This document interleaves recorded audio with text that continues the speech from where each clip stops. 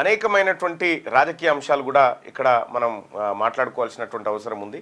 దేశవ్యాప్తంగా జరుగుతున్నటువంటి ఓటు చోరీ ఏదైతే కార్యక్రమం ఉందో ఆ ఓటు చోరీ పైన కాంగ్రెస్ అండ్ ఇండియా కూటమి పక్షాలు ముక్తకంఠంతో భారతదేశ వ్యాప్తంగా నిరసనలు చేయడానికి ఆలోచన చేస్తూ ఉన్నాయి. దాంట్లో భాగంగా నిన్న రాహుల్ గాంధీ గారు మాట్లాడుతూ పిక్చర్ అభి బాకీయే అన్నాడు.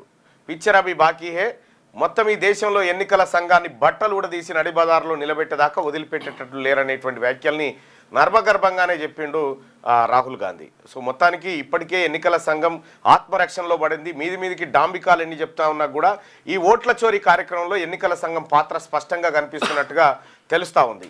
సో వైపు కర్ణాటక మహాదేవపుర అంశం తెర మీదకి రాగానే బీహార్లో ఉన్నటువంటి ఎన్నికల జాబితాను అది ఏది డిజిటల్ ఫార్మాట్లో ఏది చదవడానికి వీలు లేకుండా మార్చి పారేసినటువంటి ఉదాంతం ఎన్నికల సంఘం ఒక దొంగతనాన్ని కప్పిపుచ్చుకోవడానికి మరో దొంగతనం చేసినట్టుగా కనిపిస్తూ ఉంది.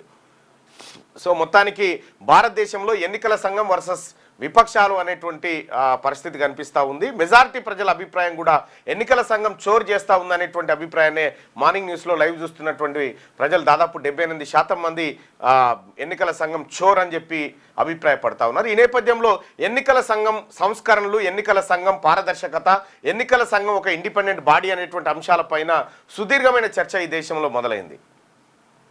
ఎక్కడ చూసినా ప్రజలు ఈ అంశం గురించే మాట్లాడుకుంటా ఉన్నారు.